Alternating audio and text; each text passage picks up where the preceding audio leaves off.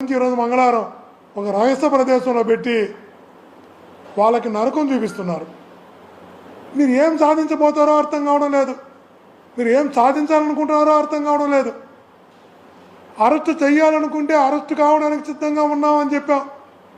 మీరు శిక్షించాలనుకుంటే శిక్షలు ఎదుర్కోవడానికి అన్యాయంగా మీరు ఏ శిక్ష విధించాలనుకున్నా దాన్ని ఎదుర్కోవడానికి సిద్ధంగా ఉన్నామని చెప్పాం. మీరు జైలుకి పంపాలనుకుంటే మీ సిట్టి కార్యాలయానికి వస్తాం, అరెస్టు చేసి జైలుకి పంపని చెప్పాం. కానీ చిన్న చిన్న ప్రాణాలను చంపేయద్దు అంటున్నాం,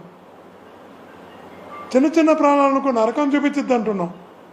చిన్న ప్రాణాలు జీవితం అంటే భయపెట్టేలా చేయొద్దు అంటున్నాం. మీకు తెలుసు, మీ మనస్సాక్షికి తెలుసు ఇందులో ఏ కేసు లేదు, ఏ తప్పు లేదు అని. తెలిసినా కూడా తప్పుడు కేసులు పెట్టడానికి, తప్పుడు సాక్ష్యాలు సృష్టించడానికి మీరు పడుతున్నటువంటి కష్టం, శ్రమ, తపన చూస్తుంటే నిజంగా కూడా అనిపిస్తుంది ఒక వ్యవస్థ ఈ స్థాయికి వెళ్ళిపోతుందా అని. ఓకే,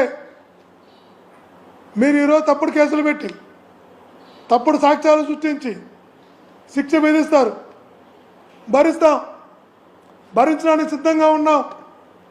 ఏ తప్పు చేయకపోయినా ఈ ప్రభుత్వం విధించేటువంటి శిక్షలు భరించడానికి సిద్ధంగా ఉన్నాం. ఏ స్థాయి శిక్ష ఎంత గట్టిగా మీరు ఆలోచిస్తే, ఎంత గట్టిగా మీరు శిక్షించాలనుకుంటే ఖచ్చితంగా చెప్తున్నా అంత గట్టిగా రివర్స్ వస్తుంది. ఏదో ఒక రోజు తప్పుడు కేసులు ఎప్పుడు కూడా నిలవవో, తప్పుడు సాక్ష్యాలు ఎప్పుడు కూడా నిలవవు అనే విషయాన్ని గుర్తుంచుకోమని చెప్తున్నా. ఇంకొకరు కూడా చెప్తున్నారంట,